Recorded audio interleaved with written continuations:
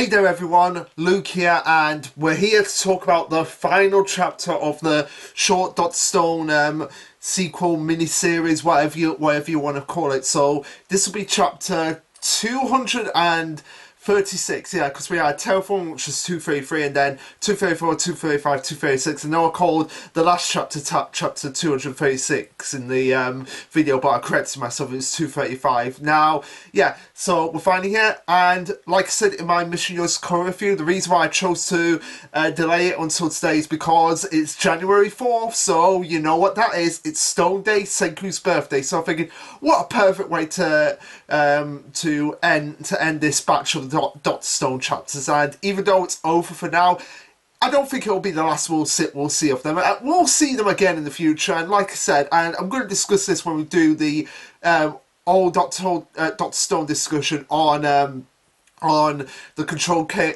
Chaos channel, where we'll be talking about this plus season 3, which, by the way, the group that I'm showcasing Dr. Stone with, we're going to be starting season 3 soon. Hopefully next week, that's when we'll be starting it. But yeah, so got that, got my phone ready, got the poster, got my Kingdom of straight out of the Kingdom. I don't know if you can see it yet. Straight out of the Kingdom of Science t-shirt. It's Dr. Stone on. Put that on because I thought it was appropriate. So yeah, without further ado, let's tackle this last chapter for the time being.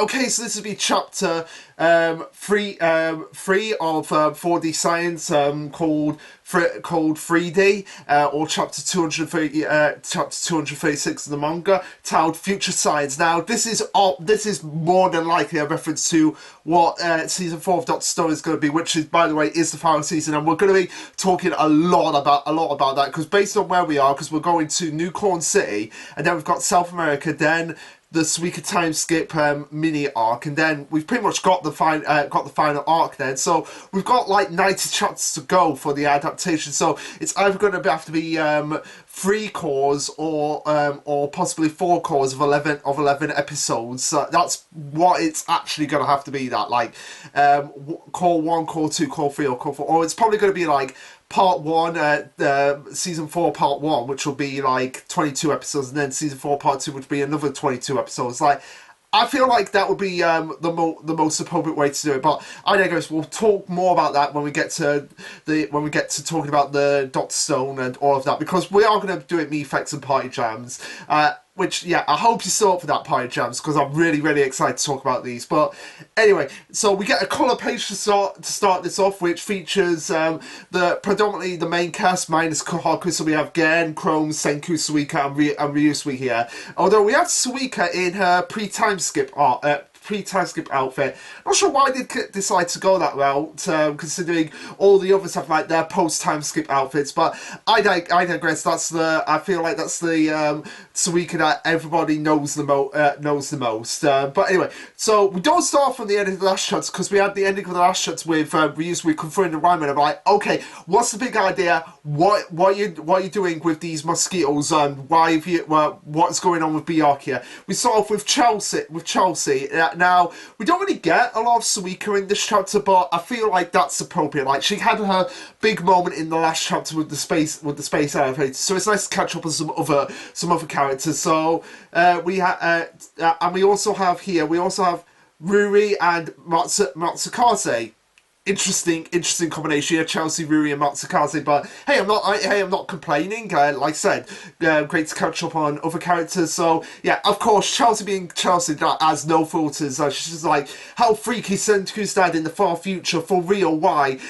We're here to look into it as they gander over to Trasure Island to meet Amaryllis and Soyuz. But of course, she's just like, hi there, yeah, nice to see you go. Okay, we've got to bugger off here. Like first off, we'll follow in his literal footsteps. Let's think in one dimension. This is step 1 day. A millennium ago here on Trasure Island, what was Byakuya actually up to? And then we have Ruri. It is Ruri. Yeah, it is Ruri. Then we have Ruri whispering into Chelsea's ear, probably telling her the exact story of what Byakuya was actually up to that she got from Senku. And Chelsea's like, really? He was doing all of that? Like, next we'll think in 2 dimensions with flat map. Now, we'll know Byakuya was gathering up rare materials and minerals, but where? Finally 3D step for me to think in the 3rd dimension means what else but field work. Gold, platinum, and the other minerals were he was collecting would have fallen downstream via setting into the specific spots dictated by Trigophy. As we see what looks like Chelsea in the exact spots where Byakuya died. I mean, so it's like Matsukase and all of them are like there, like just in that exact spot, which must be really freaky. It would be kind of like if in One Piece when okay, sorry, Pie Jams, if you're gonna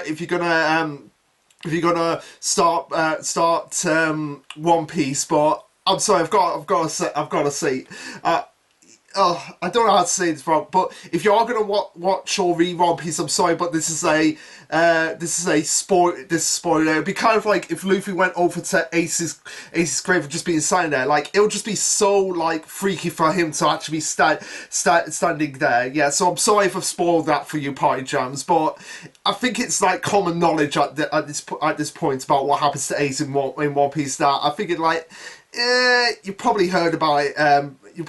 Before, but I digress. We have Matsukase doing what I think Senku. I mean, Senku did pay his respects to his father at his grave, but he's not the kind of guy who would just be like, okay, Byakuya, thank you for everything, and if you don't, and be praying to him. Like, Senku is not like that. So Matsukase is actually putting in that role, but also he's thanking Byakuya on behalf of everyone, because if it wasn't for Byakuya, none of the villagers and none of the islanders wouldn't be here today. We come back over to the Kingdom of Science, the Japanese branch, where we have Chrome and Kaseki working on a project, as we get Chrome reminiscing on what Kaseki actually said, where he says, decades you say, oh, something tells me that this time I won't be around to see the fruits of our labour. And this is where Chrome asks him just straight up, like, Kaseki, do you maybe want us to use Wyman's petrification to turn yourself to stone? And he goes on and says, Sinu and Senku explained it, that there's still a limit because of cell division or whatever. I mean, we can't actually fight the aging process, but by turning someone to stone, then kind of sort of be immortal. Before Kosuke's like, says, sounds like that ought to stay a big secret. If word got out, there'd be chaos. And Chrome is like, yeah, no shit. This is for your ears only, Kaseki. I'm trying to keep it quiet before Kaseki goes on. And I do like Kaseki here because he's like just like what he did last time. He's like realizing like he is on his last legs, and he's not got long for this world. I mean, he might be reaching his 80s at this point, because he was. When he first was introduced, he was like in his 60s, and at least 10 years passed, so he's in his 70s, then another 5 years passed. So yeah, he's getting on to being 80 years old at this point. He goes on and says, oh, thanks a bunch, Chrome, but no thanks. I'll be fine without all that, because in the end, it would give me more time. It would give me more time to be up and about living. But with that time, but Chrome is just saying, but with that time you have left, you could be around to see the time machine actually complete. Isn't that what you want? And Kaseki says, like, yeah, even though that would be great, what matters most to me is the precious years left in these old bones all be spent the right way with you and the others. I want to share the time I've got with you all. So I do like that. Like, even though Kaseki is on his last legs, he's like, look, while it would be great to see the time machine, what matters most to me is just spending the time, like, he cares more about the journey and the build. I feel like Kaseki, as a character, cares more about the building and the journey and just getting excited that he gets to create stuff more so than actually seeing the finished project himself. That's just sort of the kind of character he is. I mean, even though he does get excited when he sees the finished product, he feels way more excited about seeing the process from start to finish. And even if he doesn't make it to that point, he's just happy that he got to be part of this process of just rebuilding the world and going beyond what's our world. Now, there is a bit of controversy that people have with what he said, which I'm going to get into. I'm going to get into later in the chapter, because there are some like tweets that I want to reference and some debates that I want to reference that I'm going to be getting up when I do the cuts. But for the most part here, I do like this, like Kaseki realizing, like, yeah, I'm not immortal, but I'm glad that I'm here right now so that I can spend the time that I have with you guys, building, creating, and hopefully within my lifetime, even if it doesn't happen, just at least I've got a chance to be part of this whole process. So after Kaseki gives his little speech to Chrome, we see Chrome being weepy, because that's just Chrome. He's basically, like I've always said, Chrome's basically a more emotional Senku. So so he's able to give out these emotions that Senku can't honestly do on a dime. But at the same time, they go on and say, so I'll work hard and leave some signs for the future turn. If nothing else, I've learned that much from the big old adventure we call life. So good on you, Kaseki. Good on you. Even though, like I said, people are going to be like, wait a minute, if what happens at the end of the chapter is true, then doesn't that contradict what Kaseki is saying? And no, it doesn't, because even if Kaseki was petrified and brought back, that still won't change the fact that he's gonna age and gonna die anyway. I mean, yeah, he could see the time machine built in the future, but if he was petrified, he wouldn't be able. Okay, I'm just going to address this now for people. Okay, so even if Kaseki was petrified to be brought into the future to see the time machine brought to life, do you honestly think he would want that? Like, he would still die eventually. Like, Kaseki would still die, and at this point, it wouldn't surprise me if Chalk, the dog, and Sagri, the pig, are not alive, or no longer with the cast anymore, because we haven't seen them, so it's most likely they've passed away at this point. But yeah, so even though the petrification beam turns to stone, it doesn't affect their aging. They still age, and they can still die.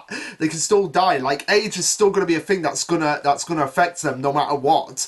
And yeah, so Kaseki might be able to live to see, like, oh yeah, the time machine, yeah, that's perfect, that can be brought back. Now, I get what people are saying, like, it could be like a case of like, okay, because okay, based on what the Y-Man says at the end of the chapter, it's like, okay, maybe it could potentially, because we get the multiverse confirmation here, which is something that a lot of scientists theorized, and it was something that maybe could have been touched upon because we had the reboot and all that. But at the same time, even if it was the multiverse, it wouldn't be the same Kaseki as we know in the series. It'd be a different version of Kaseki. Just like even if we have an alternate multiverse universe of Byakuya, where Byakuya was petrified instead of dying, it still wouldn't be the same Byakuya that we've known throughout the series as being the one that sacrificed himself. And passed down everything from Senku to Inai. But anyway, I digress. So even if Kaseki was able to be petrified and be able to send into the future see the time machine, do you think he would really want that?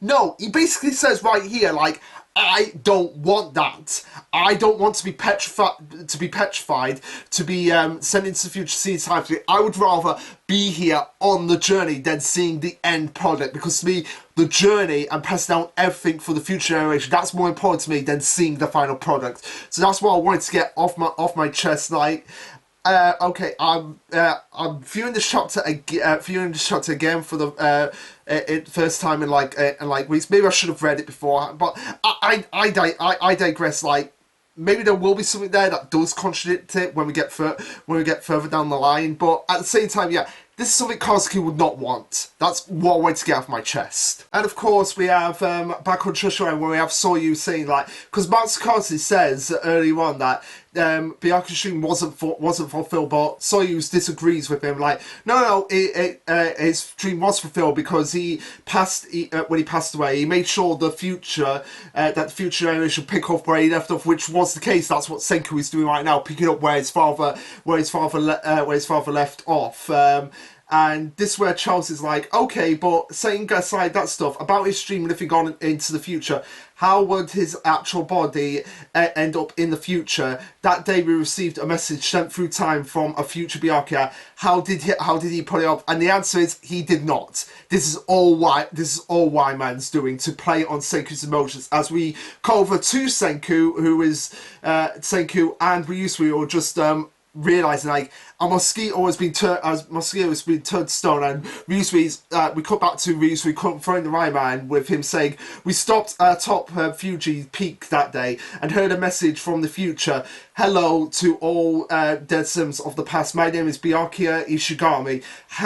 You did a fine job fooling humanity. It didn't occur to us that quick blast of the petrification beam could simulate Morse code, and who do we know could pull that off? There's only one thing on Earth capable of that, which is you, Y-Man. And Y-Man confirms this, like, oh yeah, correct. That day, Kurig's Pipens, your common house mosquito was petrified by me. So, Pi Jones, you did call it, you mentioned it in the Discord, that you did call it minus the mosquito part of just being like a random act. So, well done to you, good sir.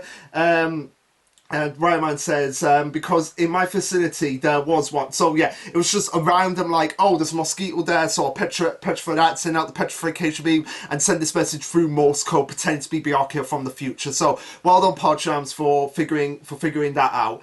As we have, I love this fact that that Manga was just there was the Y-Man just giving off the petrification beam, because remember, the Y-Man can sense that the petrification beam can be seen only by the object that's actually petrifying and nobody else. So Manga was just there like, oh, I'm gonna walk away, and that's when Y-Man decides to spring his plan into motion. As he goes on and explains that that is, so long as my petrification beam would by the human species go unnoticed. Before we get into a flashback where they're discussing the petrification beam only shows up as a physical life for the organisms that is being targeted, and for no one else. Before Ryusui says to him, like, my suspicions were correct. When I heard about your battery dying, I knew what you did, Y-Man. Okay, I don't know if. Okay, so this might actually be a flashback, or it might be the Y-Man just powering himself up, as we hear the phrase, it reached from here in the lab to the... Oh, no, this might actually be Ryusui saying this, because Y-Man's speech bubbles usually have like a pattern going around it, and this is just a regular pattern here. So it might actually be... it's Ryusui saying this. It reached from here in the lab to the peak of Mount Fuji. You were firing off mega blasts of the petrification beam over and over and over to resemble Morse code. Message from the future. Nah, it was all a sham. The only messenger was you, Y-Man. Mankind never builds a working time machine, and Byakuya isn't around in the future. So yeah, basically confirming that the message wasn't from Byakuya, it was from Y-Man. And I do love the fact that Ryusui is just pointing his sword. Like, he's had this sword throughout the series, and this is the first time he's used it to like be like, I'm gonna threaten someone right here, right now. We cut over to Senku. Senku just reminiscing about his father when he sent the message to Senku like, hey, I'm going into space and I'll bring you back souvenirs. That news report, as he asks again if, according to him, when someone really wants to believe something, are they bound to fall for a ridiculous lie? Because I'm 10 billion % sure that's what went down here. As you just see, like, probably the most emotion since ever in the series, where Senku just like is trying so hard to hold back the tears right now, because I do genuinely believe he was under like the absolute notion, like he had it in the back, probably he didn't probably have it at the forefront, but he probably had it in the back of his mind, but he generally probably believed that there may have been a chance for him to see Byakuya yet, because even though they never actually saying this, so it's clear that they love each other. Like, but Senku's not the kind of guy to just be like, "I love you, Dad," or "I love you, Byakuya." He's like very practical, very driven by a task at hand. But at the same time, when he needs to be emotional, Senku can be emotional, especially when it comes to like his only family. Like the only family he knows is Byakuya. So when he's hearing about something like that, like I don't know, I don't know about you guys, but imagine if you lost your entire family and you never got to say goodbye to them. Like, but how would that make you feel? But if you had the opportunity to actually grab that moment to just say goodbye, thank you for everything, would you take that chance, or would you believe that there is a chance? Because I feel I would be one of those people. I don't know about others, but I generally would believe that. Like, if there was a chance, like, hey, the thing that you never got a chance to say to them, you can actually say to them now. Like, I'd probably go with that chance as well. And Senku, I do believe, would be someone who would do that as well. But we come back to Wyman, who gives an alternative to Ryusui's confrontation here by asking, was it not entirely illogical, as this whole plan brought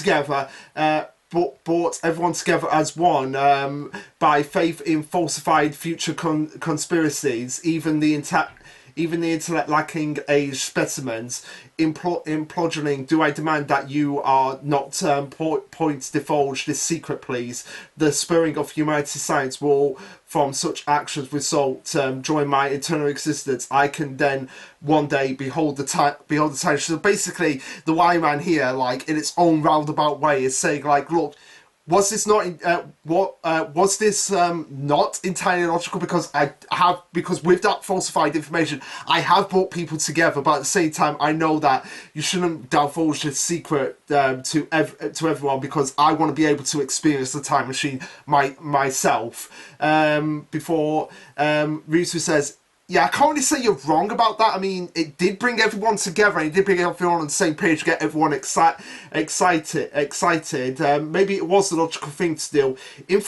Infuriating as it is, I'll take your secret to my grave. So yeah, he's like, okay, yeah, I'll take your secret to my grave about what you actually did, but even though I don't particularly agree with it, I kind of understand where you're actually coming from here. For as he knows that for sure this affects Senku the most, and Senku can never know about this. But Ryu's was just like, no, there's no way I can hide this from Senku. Like, he has to know everything, no matter how dirty your deception might have been. He'll grab that desire and let it fuel his progress, because that's the Senku Ichigami I know. So he knows Senku. Like, Ryu's been with Senku for so many years now. Like, he knows, like, no, this is not the Senku that I want. Like, he would want to know to your face, like, what you actually did, and if he can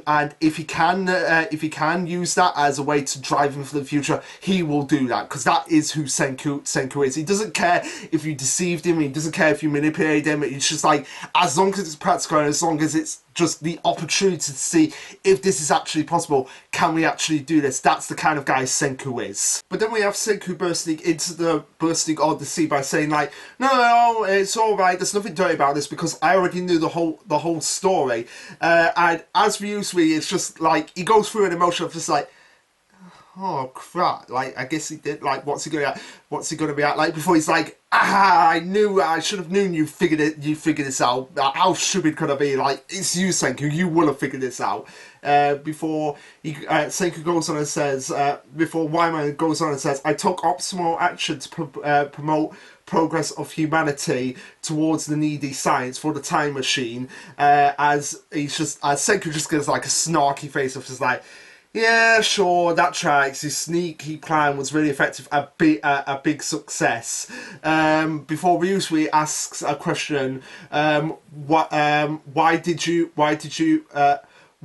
you did? But no, he makes a statement to Wyman of just like, yeah, even though your plan was successful, what you did was actually awfully inhuman. And yeah, you're saying that to a machine, reuse, where you do realise that it's a machine you're talking to.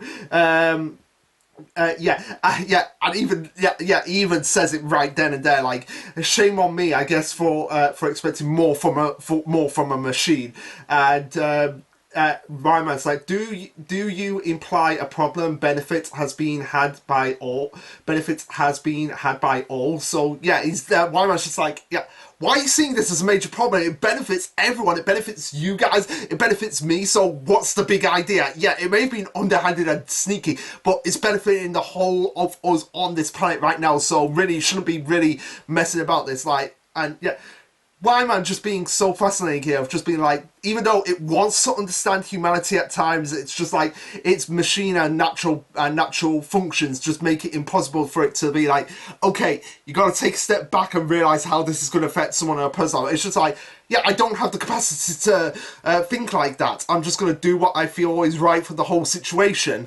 As we have Chrome just bursting in and being like, what the hell, dude? How could you be so cruel, man? As he flashes back to what Kaseki said to him earlier in the chapter. Even if we can save everyone around the globe at some point, we can't do a damn thing for those who've passed on already, or the astronauts who were up in space that day. They're lost to us, gone forever. Byakuya and Senku will never. Byakuya and his powers, and Chrome, as he's doing this, it's just like getting more bawling and more emotion. As he says, "Damn it, Rayman, you're supposed to be a super genius. So how do you not get that you're not supposed to stomp on all our parasites?" And yeah, like they said, like, you're talking to a machine here, Chrome. This machine has no heart, so it's not like it. It's not like it wants to do this. It doesn't have the capacity to do something like this. Like, it's just not possible for him to for Wyman to think like what a human heart is. So Senku goes on and says in response to what Chrome says, like, the human heart's not such a big deal. Cut it open and all you'll find are electrical signals, nothing more than programming. Like, okay, Senku, I think you're misinterpreting what Chrome said here. Yeah, as Chrome just gives him a look like, that's not what I meant, Senku. Before Senku continues on and says, which is how I know that our pal here totally does get it. So yeah, I guess Wyman does know the capacity of what a heart is from what Crow's perspective is, but no, I think Senku's thinking more on the practical side. Like, oh no, he gets what a heart is. You know exactly what you were doing, don't you, Wyman? And the same goes for that awkward screwed up way you were talking. A smarty pants like you would know how to master human speech properly in an instant. So what we've been hearing is totally forced and unnatural. Excuse me. Before Wyman confirms, like, yeah, I can speak naturally, so all that talking like this was unnatural for him. As everyone except Senku is just like, what? Has been like, what? He can actually speak normally. Before he says, good on you, Senku. I suspected you might be the greatest intellect humanity has to offer. And Senku's just like, yeah, Senku doesn't really know how to think about that, because there are other people out there like know that probably are way more intelligent than him. But I guess it's like, yeah, I'll take that. I'll take the compliment, even though I don't really probably see myself as that. But now we'll just spend heaps of time together. As Wyman says, yeah, we have spent plenty of time together, almost too much, in fact. Hence me opting for the bizarre way of talking. And Gen's just like, I don't get, like, no, I think it's pretty obvious again. It's like, yeah, I've spent heaps of time by here. It's like, yeah, I kind of want to go back to probably a time when I wasn't spending too much time with you guys. But he goes on and says, do me a favour, bring me up to the high vantage point. Once we're there, I've got something to explain. As we see him being taken to the vantage point, which from what I can tell is, yeah, sort of like above where the Tsukasa Empire used to be, just like a bit above it. As they're going on the way, they're like, while you humans call heart and emotions are just mechanisms to ensure and preserve social groups, no more than complex things. And Chrome's just like, have hearts you, and Senku's just like, yeah, no lies detected, before Ryusui says, so your emotional circuits have been switched off and you've only just switched them on. Handy trick for machine life form. Okay, so where did those come from? Like, I am really interested. Like, I know we don't get an explanation for where the Y-Man came from, but I am just so fascinated about knowing where the Y-Man came from originally. Like, I'd be happy to find out an arc about that. Like, even if it does turn out to be aliens, like, I'd still be fascinated to find out about that. But Y-Man goes on and says, yep, and as a machine life form, I'm quasi-immortal. Unlike yous who are doomed to die someday, once you're gone, these times we share will be lost to me for all eternity. Imagine having circuitry that enables emotion and matter of hearts within a second, within a being with everlasting life, and it's all just too unbearable, gut wrenching either. So I guess that's kind of like what Y-Man I guess doesn't understand like the heart of humans fully, or very much does not want to understand, because it doesn't want to feel the pain of actually getting emotionally attached to people, which, god damn it, Inagaki, god damn it. So this is probably what Ryusui meant by, so your emotional circuits have been switched off and you just switched them on now. Like, it was probably Y-Man, from what I'm interpreting from this, it was probably Y-Man, like, yeah, I had my emotional circuit switched off and I didn't want to understand human art because I didn't want to feel like the pain of actually losing people that I have become emotionally attached to, which, like I said, god damn it, Inagaki, it's sad that a machine parasite from space has more emotion and more humanity than a certain Power Ranger that we've got coming up when our Power Rangers watch through. Like, I'm sure people who know Power Rangers know who I'm talking about here. But yeah, we have all of them giving various different reactions. We have Gen just silently closing his eyes. We have Ryusui not being able to showcase his eyes. We have Chrome like almost on the verge of tears. And then we have Senku just silently being like, yeah, now that you mention it, it is kind of a pain to have something like that.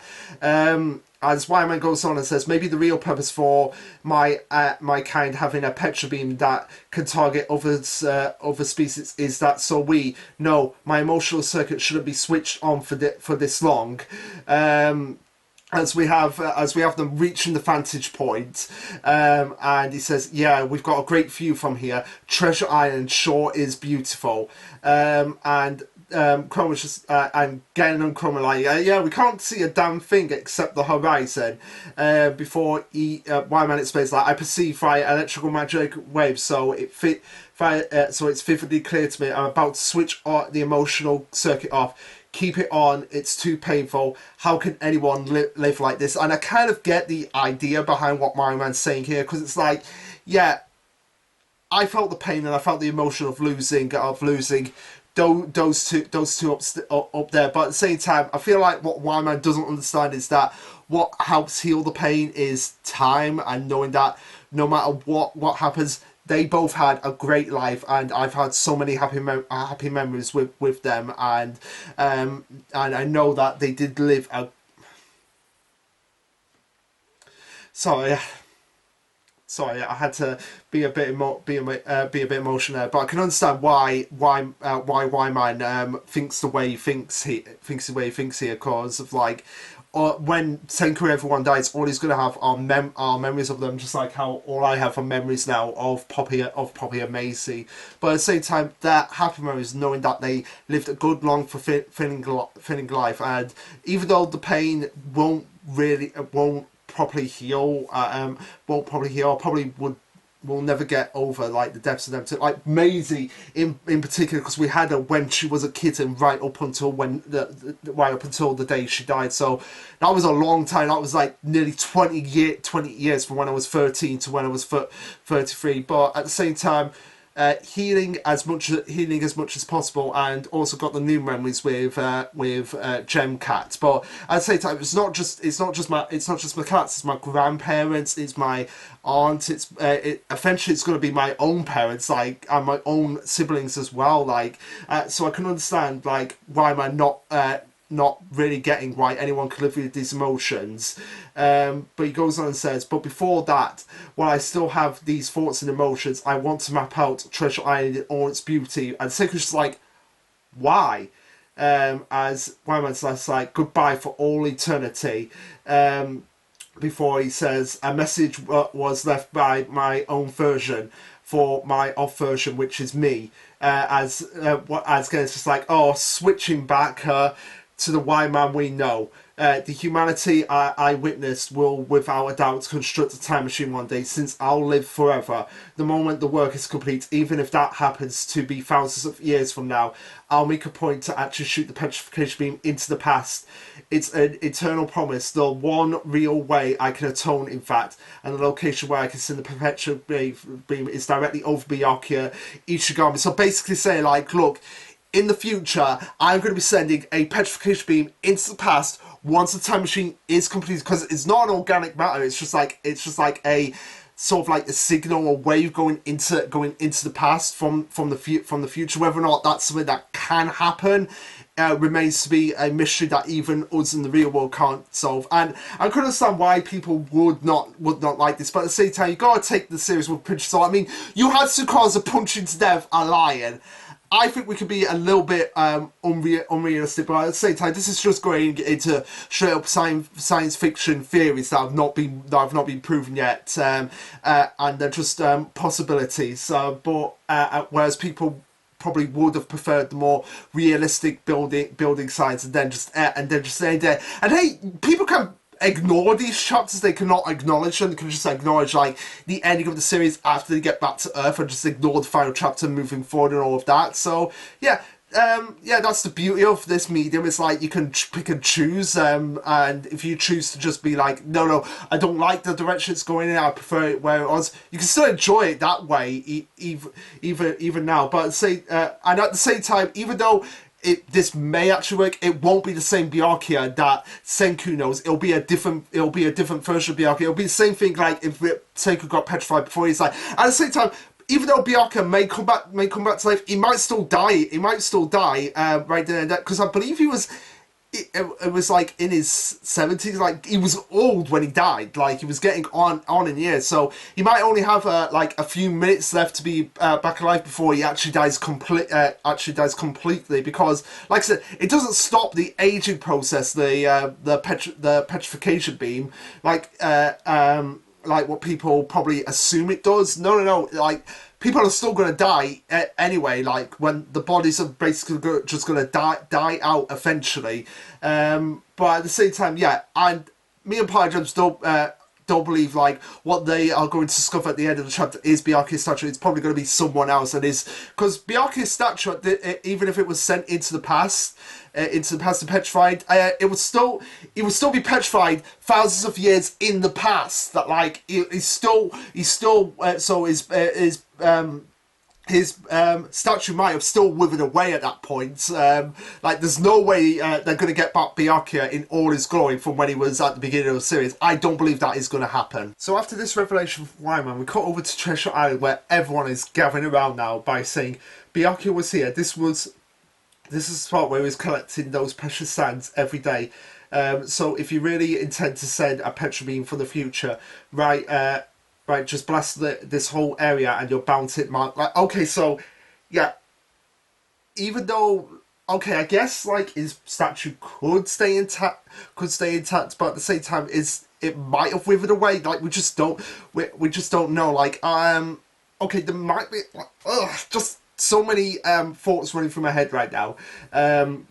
Ryusu goes on and says like, "Oh, they'll petrify Byakuya and make his body survive to the present." Like, I guess, yeah, of course it would be possible, because a lot of the statues, like most of the statues, survived all that time in the petrification, like Senku's Taijins and all of that. So it's very possible that Byakuya's could as well. But at the same time, like, I don't believe that's what we're going for here. Like, it might be a case like, yeah, they can revive him, but only for a chance to say goodbye to Senku. That's all I think that they will actually do. I don't think they're gonna like be able to showcase him the time machine, or be able to go into the past. Like, I just don't think that's what's going to happen with Byakuya. And I do believe Party Jam said it. let's bring up his comments since I've got it up here. Oh, okay. So, um, yeah, here we go. Yeah, here we go. Oh, come on, come on, come on, come on, come on. Yeah, yeah.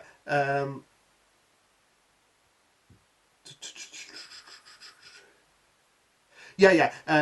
Byakuya could still pass away after being on stone, or maybe after getting to space and eating ramen. Yeah, and that's something that we're actually going to discuss when we get to the actual talking about the Doctor Stone chapter. But yeah, let's just go through Party Jam's comments here. So we have the Doctor Stone multiverse because of a comment that Cena's going to say. But that's a lot. But that's a lot to about with this idea and how it doesn't really solve this dilemma. Having said that, love the feeling, getting emotional. Yeah, and the foreshadowing of Wyman using Gen's words to manipulate Senku is something that I should have expected. I should have expected as well because Wyman knows Senku at this point and knows how to get into his mindset. But here's Pie John's crackpot theory. The statue they dig up at the end of the chapter because they're going to dig up a statue and it might not be Byakuya. They've targeted the general region where he should have been, but they don't specify an extract time. What if another person gets stoned and brought back? Could be a new character or even one of the other astronauts. This would allow time travel with minimal paradoxes. Like, I guess it could, but that's something we're just gonna have to wait and see. So anyway, back to the chapter. We have Sinu here basically saying, and if we do happen to discover his stone statue, there will undeniably be proof of the success of a successful time machine. As Chrome is just like missing the point much. First off, we'll whip out some refinable fluid. Cute, as Senku's just like, cute fantasy you got there, but don't get your hopes up. And also we have again specifying, shall I employ my mentalism? It's been a while, let's put ourselves in the shoes of the people in the past. Imagine that Byakuya suddenly turned to stone. It would seem like to others like some awful disease. At first they would try all manner of cures, but eventually they would declare him dead and gone.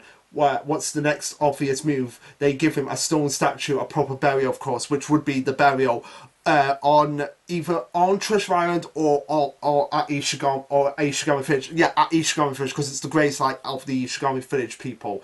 As Charles just like thinking in 4D now, totally freaky. As Chrome is just like, hold on a second, what if we poof out of existence? What if Byakuya really did get petrified back then? What would happen to the platinum he collected? So yeah, he's basically going through all the paradoxes, like, if Byakuya isn't petrified, why would he still be able to collect the platinum? I think he'd still be going around collecting platinum, but he's going around like, what if say Byakuya didn't got petrified, what would happen to all of us and what would happen to everything here? Would we just poof out of existence? As Senior says, you raised the issue of a time paradox. If something ever ceases, if something would ever cause you to vanish, then you would never have existed at all. However, I am a firm believer in the many worlds theorem. So yeah, basically, CU is a believer in the multiverse theory, which persists that events cannot be altered, undo, exposed. In the many worlds theorem, which persists that events cannot be altered or undone, ex post factored. So, yeah. So wait. The many worlds theory. Many worlds theory. So let me have a look at that. Many worlds theory. The many worlds interpretation implies that there are most likely an uncountable number of universes. Okay, so he does believe in the multiverse theory, but the way he's saying it implies that which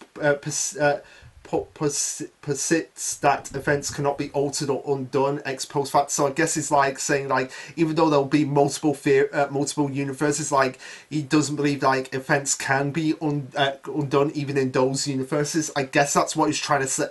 That's what he's trying to say here. But let me know what you guys think before Ryusui goes on and says, the real answer is we have no idea. Am I wrong? Nobody could possibly know since there's no persistent for successful time travel. That's why we're setting out to discover the rules that make it all work. Which that is the Kingdom of Science in a nutshell. As Kaku says, we've learned lessons from the past so that we can unearth new rules to pass on to the future. Steady efforts across time. Maybe someday in the future, humanity's already got a time machine and then some. As Senku reinvigorates his notion to get this mission underway to probably find his father's statue, even though we don't believe that, me and Parjas don't believe that that's going to happen. We keep searching for rules and principles behind the inexplicable. That is what that's all science really is. As we get smiles all around and they start digging, and Senku rounds up the chapter by saying, so I say get excited, as they dig into the bowels of the graves to potentially find Byakuya's stone statue. So yeah, that's where the chapter ends, and that's where the mini-series actually ends. Now, like I said, I don't believe this is the last time we're actually gonna see the Kingdom of Science. I feel like we're gonna see him again, potentially when we get the announcement of when Doctor Stone Season 4 is happening in the anime. I feel like we're going to get like another one shot carrying on from here, and then when Doctor Stone Season 4 actually ends, we're actually probably going to get a few more chapters, and then potentially get OVAs on these chapters moving forward. That's a potential that could actually happen. We could get an OVA for Terraforming, could get an OVA for this one, and move that forward one by one. So yeah, I don't see why we couldn't get that, like OVAs, like maybe focusing on an OVA on Suiko's survival in Brazil or anything, or maybe getting extra episodes focusing on Suiko's survival in Brazil to kind of round it up. Now, there was one thing I wanted to talk about, but yeah, that really doesn't contradict what Kaseki said. Because Kaseki still wouldn't want to be petrified and turned to stone to get into the future. He would still rather die being on this adventure rather than actually seeing the end product. So yeah, it doesn't contradict what Kaseki actually said. Now, there was one thing I wanted to discuss. But yeah, my overall opinions on these three chapters really interesting. Like, had the interesting, like, oh my god, hook of like, how is Byakuya sending this in the future? We've got to find out what that is. We've got the space elevator in the last chapter. And now we've got this. So a lot of crazy things happening in Doctor Stone's story. Now, personally, I like it. Anything more Doctor Stone related, like, is virtually the only way this series could really drop the ball for me is if they go into the realms of like, we're bringing back the dinosaurs or something like that. Yeah, that I'd be like, no, don't do that. Now, there are things I don't like about the series, and I'll say them right here. I don't like how they basically teased us with going on a trip to Europe and then just skipping all over it in favour of just being like, okay, we have to make this a 5-year series. But yeah, there was this comment from this Twitter thread. The Twitter user is Alex Mo YT. I guess the YT stands for YouTube. As he says, it invalidates the themes of the story and Byakuya's sacrifice. No, it doesn't, because Byakuya still sacrificed. But because to have that notion would be like to dismiss every single time when something's like, oh yeah, a character's dead. Oh no, they've been brought back to life. Like that, and Doctor Stone has done that before, like with characters dying and coming back to life and everything like that. Like, this is not a new thing for Doctor Stone to do. And I responded like, no, it didn't, because we actually don't know if it could work or not. And even if it did, there's always a chance that pieces of his stone could have corroded away. So even if it was brought back, it wouldn't be for very long. And that's the kind of theory I think, and so does Party Jams think. So yeah, I don't know why he's saying that with it invalidating the themes of the story. I guess like the main theme of the story is passing down science to future generations, which they still do. They still acknowledge that in this chapter. And somebody else said classified. I am not. Let me find out his full username. Classified. I am not a casual. It didn't at all consider this chapter doubled down via Kaseki and Wyman of leaving science for future generations, which is also what Byakuya did. When Byakuya collapsed, he instead was petrified. Its actions were never invalidated. Exactly. He's still going to get petrified, but he still went through all of that to build up science and bring it back to this day and age. He still left all those materials for Senku. So thank you for that, classified. Like, that's still something that actually happened, and it's still going to happen. Like, they're just talking about freezing Byakuya's statue after he falls in the river, but he still went through all that hardship to leave the things for Senku.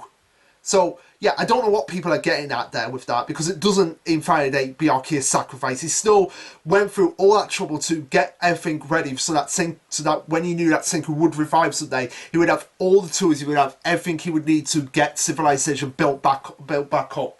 So yeah, I don't know why people missed that point in the chapter. And like I said, Kaseki would never want to be petrified. He would rather be with the people and see the work rather than see the end product. That's just the kind of guy he is. So yeah, I don't agree with that. I don't agree this invalidates Byakuya's sacrifice, because he still went through it. He still came down to earth, he still sacrificed everything, and he still never got the chance to say goodbye. Obviously now he'll probably get that chance, but but he probably won't live long enough to appreciate what Senku did for his legacy and for what he's doing for the future of humanity. But that's the story for another time. So yeah, this is the last Dr. Stone chapter for a while, and like I said, I'm still going to do my still going to talk about season 3, do the what's the difference between season 3 part 2 between the anime and manga. That'll come out in the next month or so. I don't know when. Don't hold me to that. But it'll come out eventually. It'll just be a case of when I feel like it, when I feel like actually doing that video. But anyway, guys, what did you think of this chapter, and what did you think of this mini-series? Let me know. Like, subscribe, comment, all that jazz. And this will be Lasherluke signing off. Later, guys.